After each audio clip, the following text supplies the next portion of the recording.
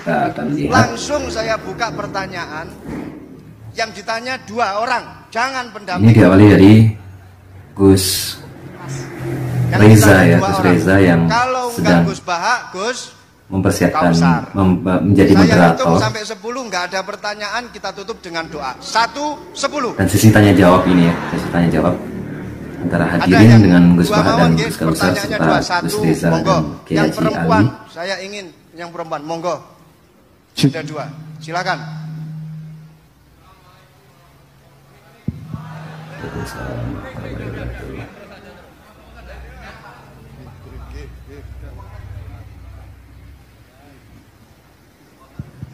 Bismillahirrahmanirrahim. Ini pertanyaannya ya. Assalamualaikum warahmatullahi wabarakatuh. Waalaikumsalam.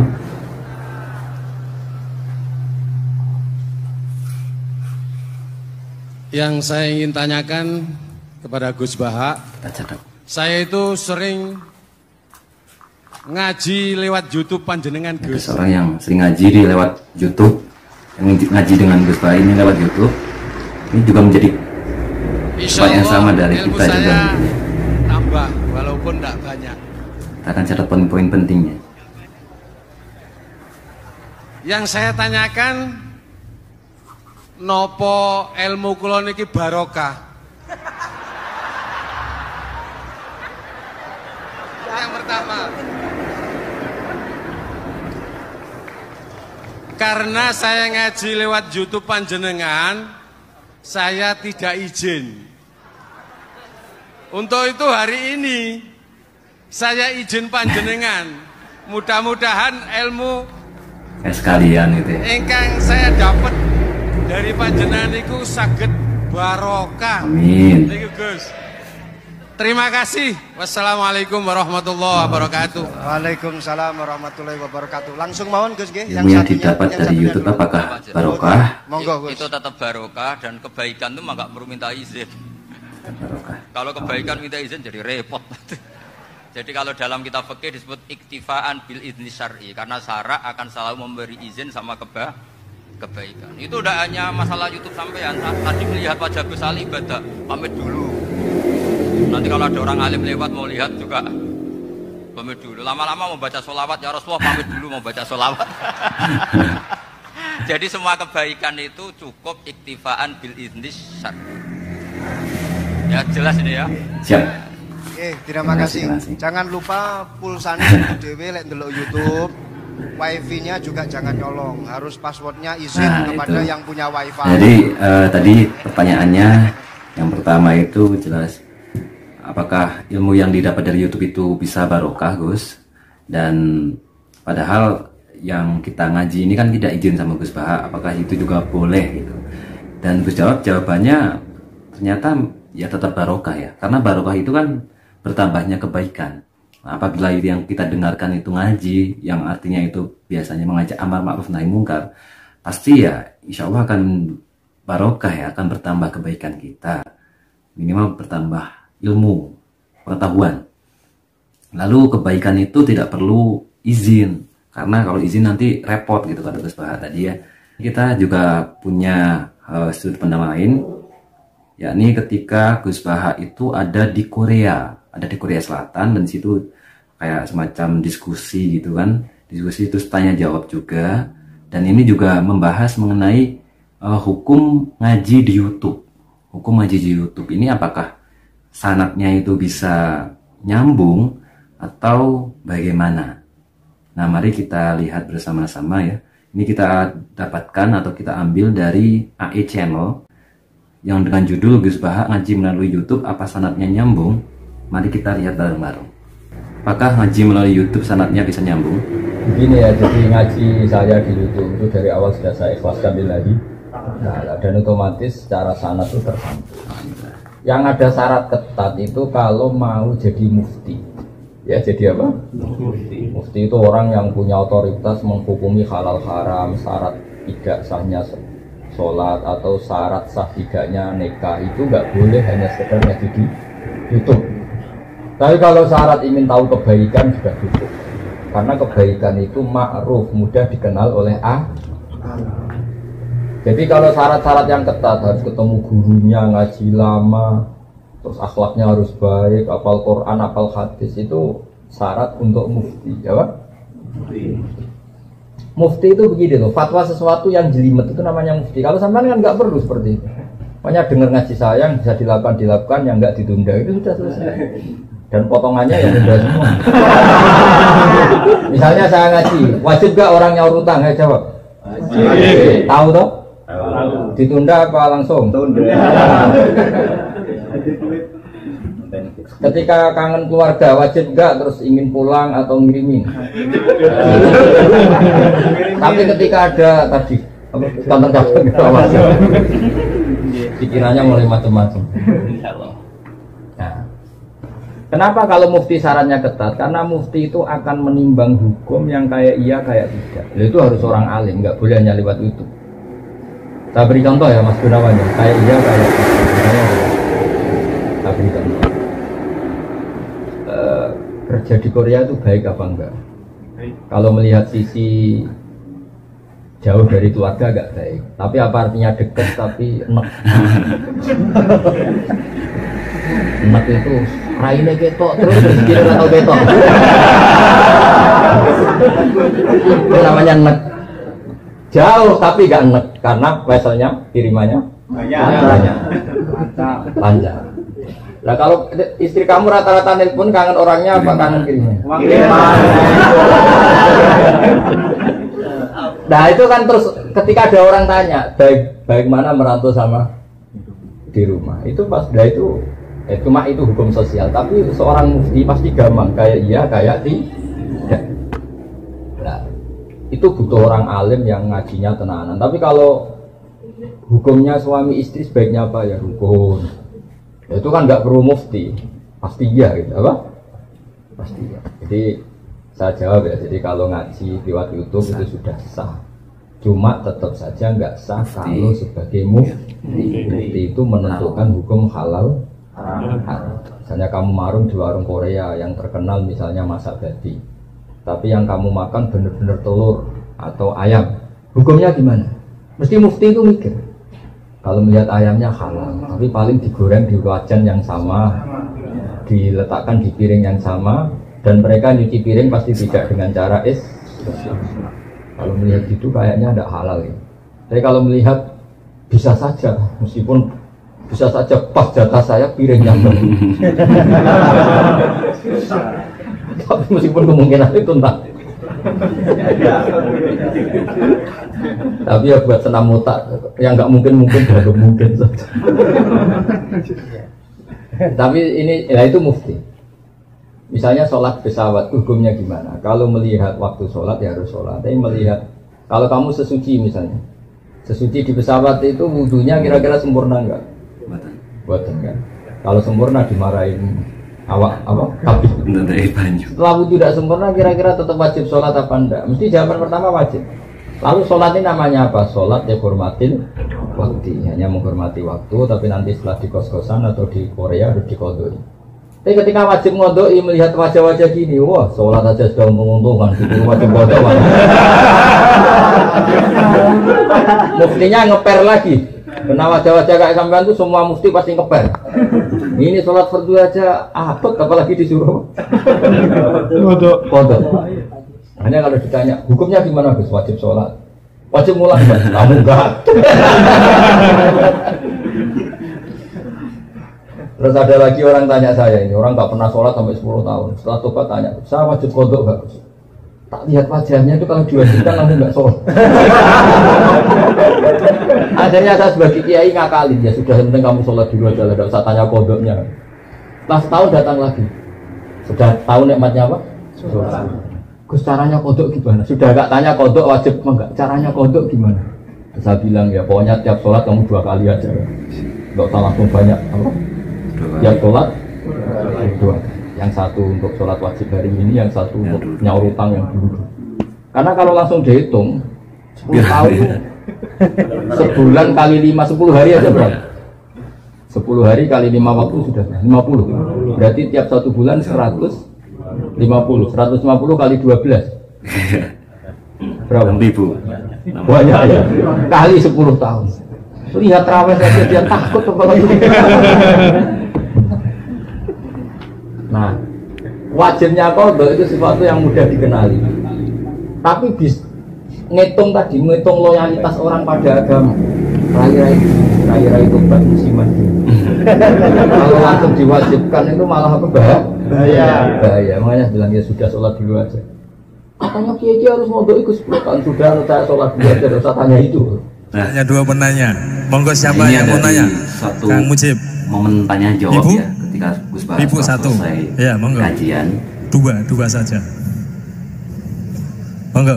Ini pada tanggal 28 Januari 2020 nih. Di Universitas Islam Sultan Agung. Unisula, di Unisula. Didampingi oleh para kiai dan juga para. Assalamualaikum warahmatullahi wabarakatuh. Kita tanya pertama. Kita catat. Allahumma arinal haqqa haqqa warzuqna tiba'ah wa arinal batila batila warzuqna tinabah. Gus, di era sekarang ini terlalu banyak kiai. Jadi saking banyaknya kita yang awam ini bingung mana kiai yang benar, yang betul-betul benar menurut Allah. Mana yang seperti nampaknya benar tapi ternyata itu tidak seperti yang diinginkan Allah. Jadi cara pandang panjenengan ini bagi saya sudah luar biasa mencerahkan sekali. Jadi karena itu kami mohon, ini kebetulan ada ketua yayasan, juga ada Pak Rektor, ada baiknya kampus ini mulai mendekatkan tradisi keilmuan santri dan akademik, ngaji yang fundamental begini. Saya usul itu Bu, bagaimana 1 bulan sekali lah Gus Bah kerso ke Semarang. Itu yang pertama. Yang kedua, saya juga termasuk orang yang gelisah dengan realitas sekarang. Saya juga mau ngajukan permohonan kepada Gus Bah. Permohonan yang paling ini, Mbok jenengan nulis 1 buku, saya Muslim, saya happy gitu loh. Ini kayaknya pas banget ini. Jadi ben ora ketek kok serius banget beragama saiki abot banget gitu.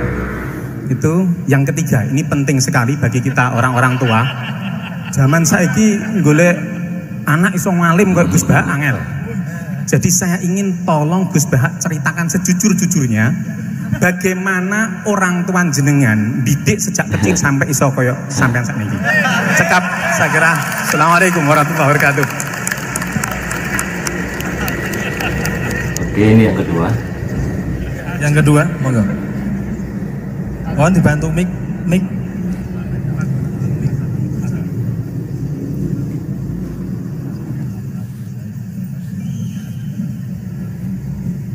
penanya pertama, bagaimana kalau usulan 1 bulan sekali di Unisula itu ada kajian. Yang kedua nulis. Oke, ini kita dengarkan dulu. Assalamualaikum warahmatullahi wabarakatuh. Putri ya sepertinya ya. Gus Bah, kula badhe tangklet. Jangan kayak ini ya.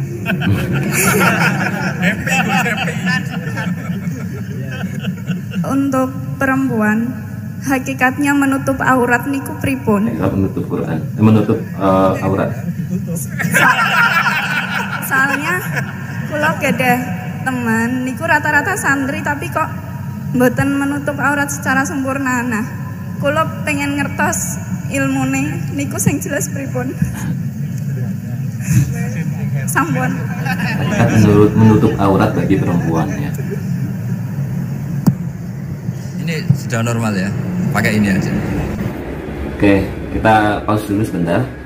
Ini pertama ya, pertanyaan pertama itu ada usulan 1 bulan sekali ngaji di Unisula, itu bagaimana, apakah bisa atau enggak Gus Bah. Yang kedua nulis 1 buku, saya Muslim saya happy. Nah ini karena melihat kondisi keislaman ya sekarang itu kayak menjadi Muslim itu kayak sulit gitu, karena banyak hal yang harus dilakukan dan ternyata berbeda dengan apa yang disampaikan oleh Gus Bah. Gus Bah bahkan kayak semacam menjadi Islam itu ya mudah, dan juga mendapatkan ampunan Allah itu juga mudah dan enak gitu. Menjadi Islam itu enak gitu, nggak penuh dengan kayak kiai-kiai ataupun ustadz-ustadz yang ada di sana, luar sana, kayak semacam menakut-nakuti untuk menjadi orang Islam gitu. Bahkan langsung mengkader-kaderkan orang Islam yang lain gitu. Dan kemudian yang ketiga, ini pertanyaan pertama, bagaimana orang tua Gus Bah ini mendidik Gus Bah hingga sampai menjadi alim seperti sekarang. Itu yang pertanyaan pertama. Dan pertanyaan kedua adalah, apa hakikat menutup aurat bagi perempuan? Jadi hakikat yang sebenarnya tentang aurat, tentang menutup aurat ini bagaimana bagi perempuan ya menurut Gus Baha, dan menurut hukum yang ada, kaidah yang ada. Baik, itu langsung kita dengarkan lagi bagaimana jawaban dari Gus Baha ya. Ini jawab yang Mbak dulu yang gampang gitu. Ya yang jelas itu satrul aurat itu ada yang fisik ya, kayak menutup aurat dalam madzhab Syafi'i kita tahu auratul mar'ah fis sholat itu ada pengecualian ilal wajah wal kafain. Tapi kalau kharijah sholat adalah jami'u badaniha dalam madzhab Syafi'i. Tapi dalam sebagian ulama mengatakan ilal wajah wal kafain tetap termasuk istisna di luar sholat. Itu dari segi fisik ya atau zahir. Tapi sebetulnya juga harus dilakukan satrul aurat secara maknawi, menutup sesuatu yang buruk. Artinya kan gini ya, aurat itu kan sesuatu yang buruk kalau kelihatan ya. Sehingga misalnya kasus di beberapa negara mungkin fisiknya sudah benar ditutupin tapi mungkin tetap maksiat. Tapi ada yang gugat, yang penting nggak maksiat meskipun buka aurat, ya keliru, buka aurat sendiri sudah maksiat, itu malah aneh lagi ya. Tapi yang jelas filosofi hijab atau satrul aurat itu usahakan yang zahir maupun yang apa? Batin. Karena Indonesia itu memang agak unik. Saya sering ketemu peneliti dari beberapa negara, meneliti Indonesia itu paling pusing. Kadang ada orang yang auratnya biasa datang ke masjid, itu kan bingungkan malaikat, mau ditulis dosa itu ke masjid, mau ditulis toat itu buka aurat. Nggak tahu hitung-hitungannya gimana nanti. Tapi memang ya sudah seperti itu. Yang jelas standar aurat ya kita tutupin sesuai standar madzhab Syafi'i maupun mengikuti yang tidak apa Syafi'i. Tapi filosofinya juga harus kita ikutin. Jadi dua-duanya harus kita ikutin sebagai perintah, bukan sebagai syarat. Itu beda loh, perintah sama syarat itu. Sebagai perintah, bukan sebagai syarat. Kalau sebagai syarat itu begini, syaratnya orang Islam tuh harus nutupi aurat begini-begini. Nanti kalau yang nggak gitu dianggap tidak Islam, itu menjadi ekstrim. Tapi kalau sifatnya perintah, ya perintah saja. Yang nggak melakukan paling banter dianggap fasikoh atau tidak solihah, tapi tidak sampai menjadi keluar dari Islam. Ya jadi gitu ya. Jadi karena apa ya? Ya sudah seperti itu. Obsesi kita tentu ingin kesolehan. Ingin kesolehan sebagai perintah. Saya ulang lagi, jangan biasakan kalau ada aturan itu sebagai syarat. Misalnya gini, kowe nak ora alim ra anakku, itu bahaya. Mosok ora alim terus ora anakku. Ada rata-rata orang itu udah alim gitu, nanti terputus dari bapaknya semua. Tapi hanya sifatnya perintah. Perintahnya seorang bapak ke kita supaya alim. Makanya ulama mengatakan perintahnya Allah, perintah itu lebih rileks daripada disebut syarat. Karena syarat sekali nggak memenuhi menjadi ndak. Makanya Said Muhammad kalau ngarang kitab sering wajibat itu lebih ringan ketimbang apa? Syarat. Jadi beda kalau dalam filosofi ilmu itu. Jadi gampang perintah. Tentu yang nggak melakukan perintah itu ya kurang baik, tapi tidak sampai keluar dari apa? Islam. Karena perilaku kesolehan itu perintah, bukan syarat. Sehingga Nabi nanti ngendikan beberapa yang masyhur itu kan, syafaati li ahlil kabair min ummati. Meskipun umatnya yang nggak benar ya tetap diaku sebagai umat. Jadi beda perintahnya Nabi sih, semuanya kalau bisa soleh, harus bisa soleh. Tapi tetap ini sifatnya perintah, bukan syarat. Nggak bisa kamu mengatakan syaratnya orang Islam itu dalam beraurat begini, syaratnya soleh nggak pernah maksiat. Memangnya Nabi nggak pernah maksiat? Ya saya kira demikian ya, cukup ya. Lah kalau ini tuh, ini resikonya dia seneng saya, makanya ini kedua, dapat kedua masuk. Bagus dia tidak seneng saya, jadi enggak. Jadi ini kalau seneng saya malah ngatur-ngatur gini. Ya. Terus soal ngaji di sini tiap bulan itu jelas tidak satu rutin, karena kalau sampean sopan di mana-mana ngaji itu datang ke kiainya.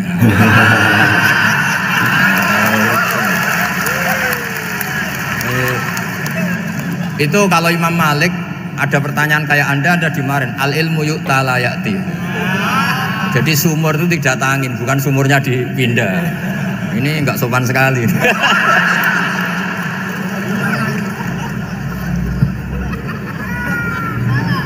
Terus menyangkut orang tua, kenapa saya alim? Itu juga nggak boleh dijawab. Rata-rata orang itu udah alim, masa orang tua seluruh Indonesia salah? Itu ada hikmahnya sendiri. Saya kali-kali ngaji, bodoh itu barokahnya banyak. Coba barokahnya orang bodoh, akhirnya nempat di pedalaman Kalimantan, Sulawesi, akhirnya bikin masjid di situ, bikin. Kalau dia alim mungkin jadi ketua MUI di Jakarta, nggak akan punya desa binaan. Jadi Allah mendesain ini sudah sempurna, sudah tidak usah protes, sudah begitu aja.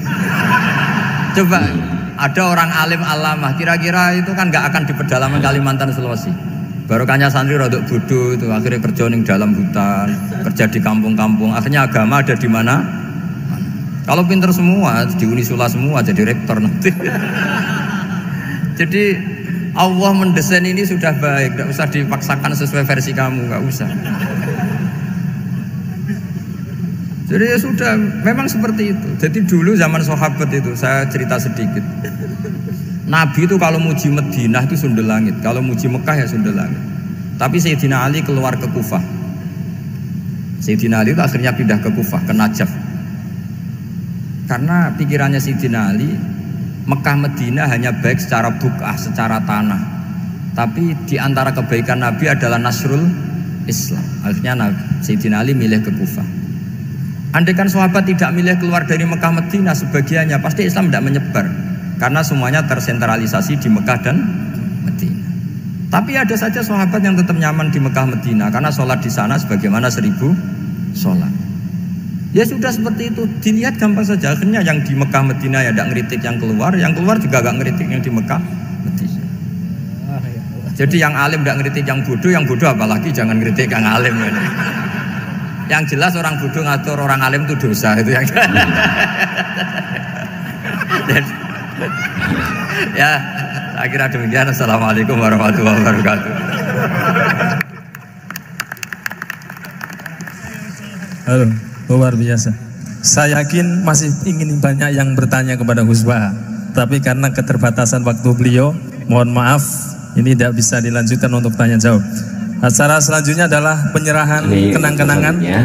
Ini hasil karya dari mahasiswa Fakultas Agama Islam. Mohon Pak Rektor untuk berkenan untuk memberikan. Kita nonton sekalian ya, kita tonton sampai habis sekalian bagaimana caranya di situ.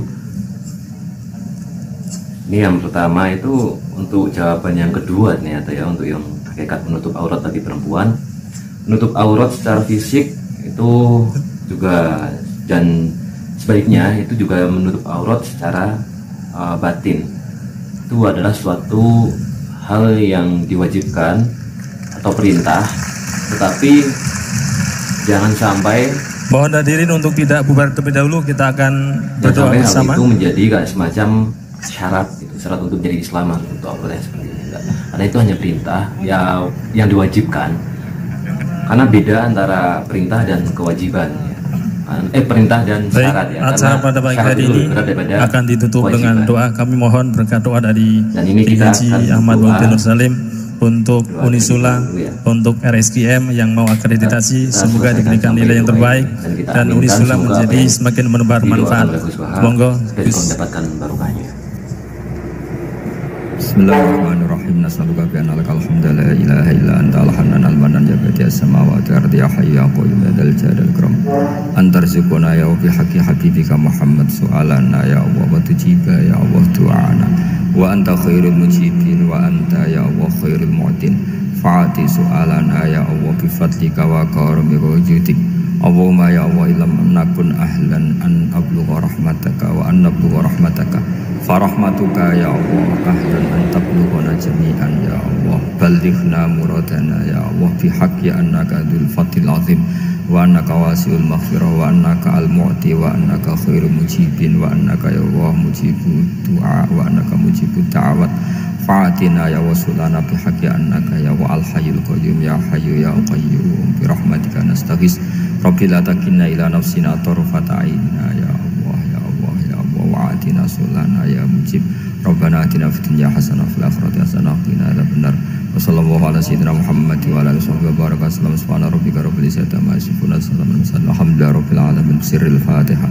Nah, di sini ada kita ambil di Instagram kajian Gus Baha, dan di sini ada sebuah foto yang menampilkan bahwa Gus Baha ini sedang ada bersama dengan orang-orang ya, bersama santri-santri di situ di Bangkalan Madura. Ini diposting 3 hari yang lalu, 31 Januari 2020. Ini oleh catatan ya, catatan kunjungan Gus Baha ke Bangkalan oleh Lora Ismail Al-Kholili, Jumat sore 31 Januari 2020. Ini kita bacakan ya, kita bacakan saja ceritanya. Gus Baha dan rombongan langsung menuju makam Syekhona Kholil di Marta Jasa. Pertama kali beliau melihat saya, beliau langsung tersenyum dan bertanya, "Kok nikahnya jauh-jauh ke Yaman? Abtaman Bagda. Kasihan nanti kalau ada yang mau niru tapi nggak bisa. Kalau dianggap sunnah gimana?" Ingin saya menjawab, "Bagi kulo sejauh apapun jarak akan kulo tempuh demi doa dan barokah guru Gus." Tapi saya hanya tersenyum tak menjawab. Saya sadar jawaban sebaik apapun pasti pada akhirnya akan dimentahkan oleh Gus Baha. Saya hanya berpikir dalam hati dari mana beliau tahu kabar pernikahan saya. Bukannya beliau sama sekali nggak aktif di dunia persosmedan. Belum sempat saya bertanya, beliau sudah dawuh, "Lawang istri saya ngikuti sampean di Instagram." Beliau lalu bertanya kepada saya, "Di mana tempat yang sepi orang di sini?" Kami akhirnya mengantar beliau ke pojok kiri masjid Syekhona. Di sana kami duduk sambil menunggu azan maghrib. Setelah sholat maghrib kami berziarah bersama rombongan Gus Baha. Ziarah selesai kami langsung menuju ke perumahan Kayangan. Di sana Gus Baha bertemu dengan tim Tuwat Syekhona Kholil, lembaga investigasi karya-karya Syekhona Kholil yang alhamdulillah diisi oleh para zuriyah beliau. Di kesempatan itu, ketua tim kami, Kak Usman Hasan, menyodorkan beberapa manuskrip tulisan Syekhona Kholil yang berhasil ditemukan oleh tim. Salah satunya adalah manuskrip Al-Quran kuno tulisan tangan salah satu santri Syekhona yang dimaknai gundul oleh Syekhona. Di halaman terakhir, Syekhona memang memberi catatan kaki bahwa siapa saja yang membaca naskah Al-Quran ini dan menemukan kesalahan di dalam penulisannya, beliau sangat berharap agar segera dibenarkan. Karena beliau sendiri mengakui banyak kehilafan atau kelalaian yang terjadi di dalam penulisannya. Dan memang betul, saya dan anggota tim yang lain menyaksikan sendiri bahwa beliau, Gus Baha, sudah bisa menunjukkan salah satu dari kesalahan tersebut dengan hanya sekali membuka saja. Beliau lalu mulai menunjukkan kesalahan yang lain, baik min haisul harokah maupun huruf. Beliau lantas berkata, "Al-Quran ini keahlian saya. Dengan sekali menyentuh saja saya sudah bisa tahu naskah Al-Quran yang ada salahnya atau tidak." "Nyetrum Gus," saya menimpali. Beliau tertawa dan berkata, "Iya betul nyetrum. Kayak teman saya. Meskipun dia buta, tapi dia bisa tahu bedanya cewek cantik sama enggak. Pernah ada cewek cantik lewat, dia bilang, 'Cewek iki wayu Gus.' Lah kok ngerti, awakmu kan wuto. Aku iso ngerasa no Gus." Lalu tertawa. Entah keistimewaan yang diberikan kepada Gus Baha ini dinamakan kasyaf, ilham, atau karomah.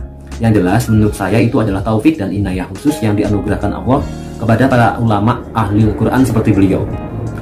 Beliau juga bercerita bahwa beliau pernah mendapatkan Al-Quran tulisan Utsmani asli. Tulisannya kotak-kotak tanpa harokah dan titik. Ketika sudah hampir menyerah bagaimana cara membacanya, Gus Baha berdoa, "Ya Allah, alat yang saya miliki sudah tidak cukup untuk membaca mushaf ini. Jadi, sekarang saya memakai hak saya sebagai ahlul Quran. Dengan hak saya sebagai ahlul Quran, tolong ajari saya gimana cara membacanya." Setelah beliau berdoa seperti itu, dilalah tiba-tiba beliau bisa membaca Al-Quran tulisan Utsmani itu. Mungkin bagi kalian yang baru pertama kali mendengar Gus Baha berkata seperti itu, kalian akan mengira bahwa beliau adalah sosok yang angkuh dan sombong. Hakikatnya tidak seperti itu. Bagi saya, gaya yang dipakai Gus Baha adalah salah satu bentuk izharul ilmi atau penjelasan sebuah ilmu. Kalau seorang alim menampakkan dan menonjolkan kealimannya di tengah-tengah zaman yang mana orang hanya banyak bermodal caci maki dan kata-kata kotor saja sudah bisa mendapatkan gelar ulama.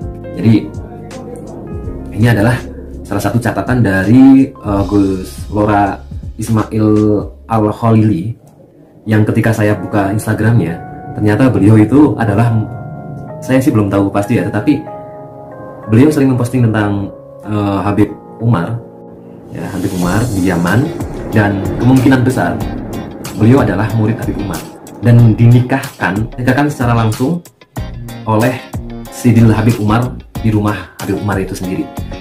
Entah, saya belum tahu apakah istri beliau ini adalah putri dari Habib Umar atau siapa, tetapi saya belum tahu ya. bagi teman-teman, rekan-rekan kita, sahabat-sahabati dan saudara-saudara sekalian yang tahu siapa istri Lora Ismail Al-Khalidi ini, mungkin ini beliau adalah seorang yang istimewa. Saya rasa beliau adalah seorang yang istimewa, saya rasa demikian. Karena dinikahkan langsung oleh Habib Umar.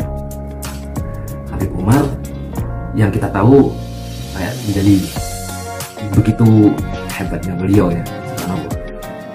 Dan ini ketika Gus Baha bertemu, ini catatan Ismail Al-Khalidi ini ketika bertemu dengan Gus Baha. Saat itu Gus Baha ada sebuah kayak aromah yang dimiliki oleh Gus Baha itu ketika membuka Quran yang ada di tempatnya Mbah Sayyona Khalil Bangkalan itu, dibuka langsung bisa menunjukkan kesalahan-kesalahan tulisannya. Dan kemudian ketika pernah juga ada cerita bahwa Gus Baha ini mendapatkan Quran Utsmani itu yang memang masih gundulan polos khas Utsmani sana, yang belum ada harokatnya, belum ada titik-titiknya, dan beliau ternyata bisa membacanya. Nah, ini keistimewaan dengan cara doanya Gus Baha yang tentu saja itu fenomenal sekali ya, karena kayak ibaratnya itu kayak menagih janjinya Allah gitu kan. Dan kita akan lanjutkan karena ini masih satu tema mengenai Gus Baha yang ada di Bangkalan ini, maka kita akan juga melihat sebuah video yang ini diupload oleh NU Channel ya, tetapi kemudian di re-upload lagi di Instagram oleh Kajian Gus Baha saat beliau berada di Bangkalan menjelaskan bagaimana cara Syekhona Khalil mentalkin mayit. Itu pasti akan sangat, kita langsung aja ke sini, kita semua ke sini dan kita ngaji Gus Baha kali ini. Langsung baiklah, kita mulai. Ini acara ngaji yang memang permintaan Gus Yofur dan saya supaya memang benar-benar memperingati Syekhona Khalil. Jadi kalau tanpa kitab beliau, nanti ini namanya ngaji Gus Baha, bukan ngaji Syekhona Khalil. Jadi kalau sampai saya sesatkan itu saya tidak tanggung jawab. Tapi kalau ada kitabnya, kitab ini saya dikasih Gus Ismail itu sudah 3 bulan yang lalu. Jadi beliau sering ke rumah saya ngasih kitab ini. Cuma saya yang agak kecewa ya, kecewa dengan isi kitab ini satu, kecewa yang baik. Dulu ketika saya kecil, itu mohon maaf audionya yang agak paling saya kenang dan semoga ini yang nyata. Agak derut gitu ya. Kalau Syekhona Khalil diundang takziah, ada orang meninggal. Kalau beliau nalkin hanya gini, pokoknya kamu kalau ditanya malaikat, tanya macam-macam, bilang nunggu saya. Nah ternyata di kitab ini beliau ngajarkan cara jawab. Itu saya agak kecewa. Saya ingin seperti itu saja. Jadi makanya ini lajnah harus mensarai gitu. Karena keinginan publik itu suka yang itu aja ya. Kalau ditanya malaikat nunggu apa? Syekhona Khalil nunggu ketua katanya. Nah khawatir saya Syekhona Khalil juga nunggu ketuanya lagi. Nunggu ketuanya lagi sampai akhirnya Mungkar Nakir ngadepi Rasulullah SAW. Itu kira-kira sudah tidak berani tanya lagi. Karena tidak mungkin kan Nabi ditanya, "Waman nabiyuka?" Nabi kamu siapa? Wah itu kan sembrono sekali itu. Ngaji Gus Baha ini dipublikasikan tanggal 6 Februari 2020 ya oleh Ngaji BNAJ ini. Jadi silakan teman-teman kalau mau ya subscribe Ngaji BNAJ biar kena gitu ya, biar update-nya itu kena. Nah ini ternyata Gus Baha ada di Kerapia pada tanggal 4 Februari 2020. Dengan luar biasa tentang qiraat 4 Februari dari sisi 2020. riwayat maupun dari sisi peringatan Sarosehan, peringatan tradisi keilmuan pesantren dan tantangannya di era 4.0 dengan narasumber Kiai Haji Bahauddin Nur Salim, Gus Baha dan Profesor Dr. Haji Abdullah Mustaqim di Kerapia Jogja. Dan ini kita mulai. Monggo Pak Yai Hamid. Assalamualaikum warahmatullahi wabarakatuh. Yang kami hormati Gus Baha, saya tanya karena dulu pernah ditanya nggak bisa Gus, menjawab nggak memuaskan. Di dalam riwayat Rasabah ada taklil, ada imalah, Musa, Musi.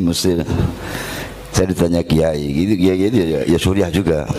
Gus, Napoleon waktu malaikat Jibril nazala birungi ngajari nggih Musa Muse apa cukup satu kalimat jawab satu bentuk apa yang memang sapah itu mulai dari nazala birul amin lauh mahfuz sampai Rabbil Izzah.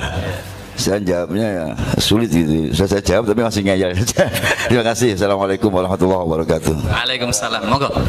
Pak Yai Furqon. Assalamualaikum warahmatullahi wabarakatuh. Waalaikumsalam warahmatullahi wabarakatuh. Saya heran dengan ilmu yang dikuasai Gus Baha. Mohon dijelaskan tentang ilmu laduni. Nggih. Matur nuwun Pak Yai Furqon. Nggih. Terakhir Pak Aminun terakhir nggih Pak Aminun nggih. Silakan. Ojo itu. Kesana nih. Ini yang sini. Yang dua ini. Ada dua gimana teman-teman? Boten tadi tambahan dari Pak Yai Hamid. Ini korbannya harus ini. Silakan Pak Kiai Aminun. Nyun sewu Gus Baha. Aminun melangi. Mboten kait wonten kaitanipun kalian ingkang pun aturaken kala wau. Ananging kula mengikuti teng YouTube. Ingkang sepisan nyun sewu.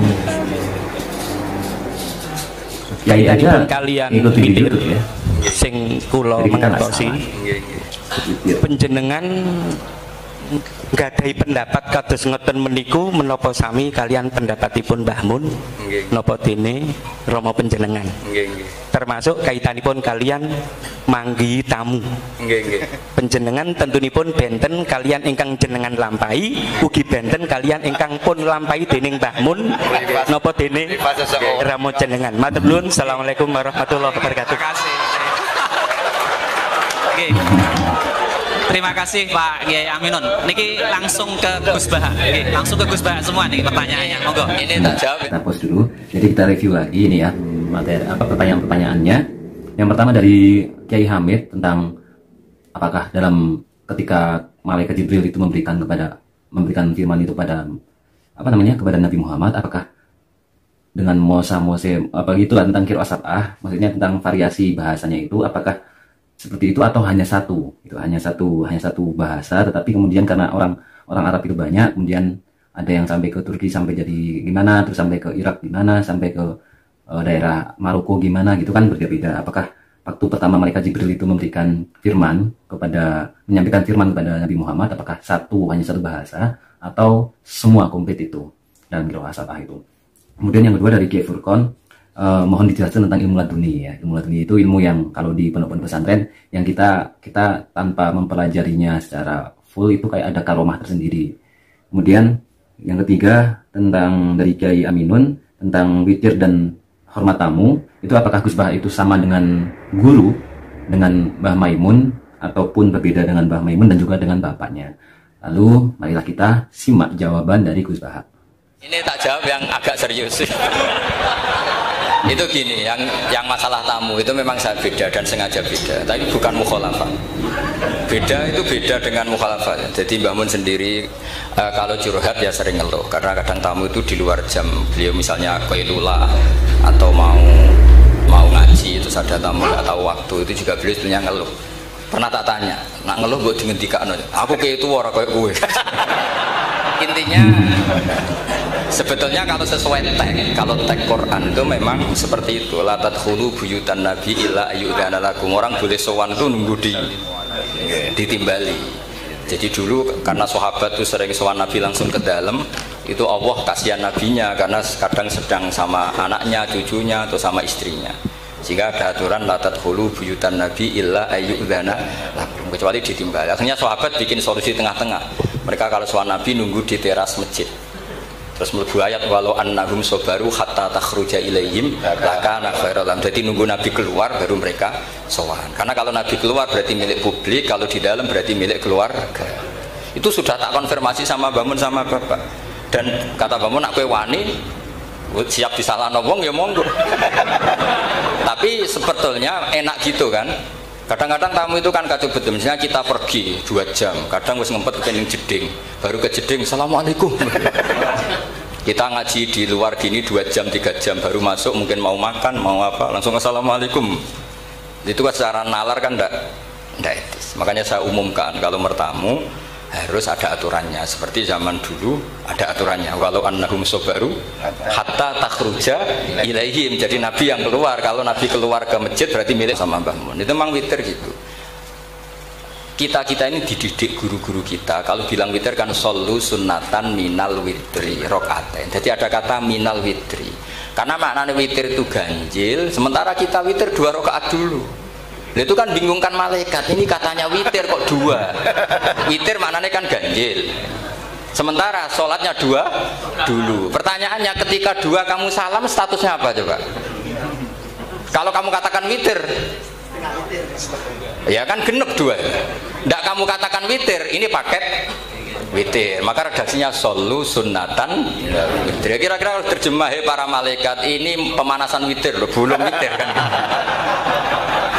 Karena kalau dikatakan witir kan janggal kan, masa witir kok 2 rakaat. Kalau kamu katakan ya enggak Gus, rencananya 3. Loh setelah salam kan selesai. Enggak ada 2 ini paket dari 3, enggak bisa. Setelah salam yang menjadi sholatun mustaqil lah, sholat yang berdiri sendiri.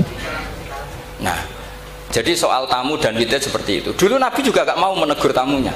Sampai Allah sendiri yang ngendikan apa inna dzalikum kana yu'dzin nabiyya fayastahyi minkum. Sebetulnya mertamu sonang-sonong itu mengganggu Nabi. Coba kalian bayangkan. Saya itu gak sekedar bayangkan, saya ini korban. Saya itu sering ngaji di rumah itu 2 jam, kalau ngaji Rebo 2 jam. Kadang baru masuk, makan baru 1 assalamualaikum. Coba bayangkan. Iya itu kalau sekedar makan. Kalau saya ngurmat ibu, saya masuk rumah ibu saya itu sudah sepuh. Kadang ibu sudah menunggu, Pak kok suwi ngaji, pas baru seneng-senengnya ibu ketemu saya sudah datang. Sekarang makomnya tamu sama ibu itu tinggi mana? Jadi orang itu yo ngerti aturan. Nah, saya ingin mendidik masyarakat tuh jangan kalau Mbah Mun kebaikannya luar biasa, tentu beliau kuat, nyabari semua kuat. Dan kiai itu kadang sahabat pun zaman Nabi sering nggak niru. Bukan berarti mukhalafah tadi. Ketika Nabi terlalu baik, sahabat nggak patiyo. Alasannya apa? Huwa Rasulullah yu'ayyiduhu bil mu'jizat. Masyhur. Abu Bakar tuh bikin Baitul Mal untuk ngelola kepegawaian. Nabi enggak. Ketika ditanya, zaman Nabi enggak ada Baitul Mal. Huwa Rasulullah, enggak usah ditertibkan, sudah tertib. Umar bikin gaji sama tentara. Ditanya, zaman Nabi tentara enggak digaji. Huwa Rasulullah, ora digaji wong wis do perang. Aku ora tak gaji, ora berangkat. Ya kira-kira gitu. Gua Mbah Mun terlalu baik. Aku anut kok Mbah Mun, wah ribet. Jadi pertanyaan ini agak kriminal sebetulnya. Jadi itu nggak perlu sama terima apa enggak, tapi nak rabok tomo yakin kualat itu. Karena jelas itu jelas. Tentu kita itu ingin lah sama-sama enak-enak. Kita sudah 3 jam ngaji. Saya ngaji Rebo itu kadang sampai 3 jam. Artinya anak saya kalau mau dolan ya nunggu, istri saya mau lapor ya nunggu. Baru masuk rumah mau lapor, assalamualaikum, coba teman bayangkan. Banyak kiai sepuh, saya sering dari kiai sepuh baru pulang karena tamu sudah nunggu lama, sekali masuk rumah langsung assalamualaikum, padahal kiainya mau ke kamar mandi, mau lapor-lapor istrinya tentang apa. Makanya dulu diatur walau annahum sobaru hatta takhruja ilaihim. Harusnya tamu-tamu itu sabar sampai Nabi yang keluar. Kalau Nabi sekali keluar ke masjid berarti milik publik. Akhirnya ketemu Nabi di sofa, tidak di dalam tapi ketemu di sofa. Jadi saya menjelaskan ini bukan untuk membela diri, bukan. Sampai setuju tidak setuju saya akan tetap seperti itu. Berdasar legalitas yang saya punyai. Tapi sampean harus mau mendengar ini supaya memahami ayat itu gampang. Walau annahum sabaru hatta takhruja ilaihim lakana khairan. Kalau sampean tanya, itu kan Nabi, Gus. Ya iya, kita mau niru sampai ya. Kalau nggak niru Nabi. Ya, terus yang pertanyaan tadi itu yang Kiai Hamid tadi, memang kitab yang saya baca semuanya sepakat. Jibril itu hanya mengajarkan 1 huruf. Yang lainnya itu sifatnya ijazah, pembolehan. Makanya kalimatnya di hadis asli kan falam azal astazidu. Jadi ketika Jibril mengajarkan harfin wahid, terus Nabi ngendikan inna ummati la tutiku dzalik. Umatku tidak mampu melakukan itu. Terus akhirnya ditambahin. Makanya kata Imam Zarkashi dalam kitab Burhan, Jibril hanya mengajarkan satu kaifiyah, kemudian kaifiyah yang mu'tabaroh sifatnya diberi izin. Karena kita tidak bayangkan kan Nabi ngajarkan sampai 3 kali, 4 kali. Misalnya a'jamiyyu wa'arabi, diulang lagi a'jamiyyu wa'arabi, diulang lagi a'jamiyyu wa'arabi. Enggak kebayang. Tapi tentu syaratnya harus itu mustafidah filisanil Arab. Memang pilihan-pilihan itu mustafidah filisan. Contoh gampang itu imalah. Para habaib, para orang-orang kita hormati itu spontan ya bilangnya ente. Artinya imalah itu kayak lazim. Huna ya hina kan orang-orang Arab. Gula-guli. Ya, artinya memang lahjah mereka itu sudah seperti itu. Ta'al hina juga ada orang Arab bilang apa? Huna. Ya kan? Jadi artinya itu lahjah. Lahjah itu disahkan. Tapi tentu yang diajarkan Nabi tentu yang paling fidar watil fasoha, tentu yang dipilih itu yang benar-benar tingkat fasohnya paling tinggi. Jadi kalau ada ikhtilaf riwayatan awir riwayat itu sebetulnya kita milih satu saja sesuai guru-guru kita karena riwayat sunnatun mutaba'ah, tapi kita tetap membolehkan karena Nabi membolehkan. Tapi tentu tidak boleh pakai akal, pakai tadi apa mustafidah fil lisanil Arab. Ya kayak tadi lah, memang orang Arab itu sebagian baca ya Yuhan Nabiu. Mau Nabi pas itu ya gak negur, mau aku iku Quraisy. Senyum-senyum tak ketika ada orang Bedui bilang ya Yuhan Nabiu, anak Quraisyun, aku iku wong Quraisy. Tapi aku nak maca iku cung ya Yuhan Nabiu. Ya sudah akhirnya sampai sekarang jadi angger Hamzah itu mesti kasusnya seperti itu, semua Hamzah. An-Nabiin. Kita baca apa? An-Nabiin. Allahu yastahzi'u, ada yang baca yastahzi kan gitu. Jadi semua yu'minu ada yang baca yu'minu dan seterusnya. Kalau pertanyaan jenengan nggak perlu dijawab. Kan kata Gus Dar ilmu laduni itu rahasia. Sesuai dengan tradisi kemanusiaan itu kan ilmu laduni. Oh. Yang jelas kalau ingin laduni ya cari sendiri.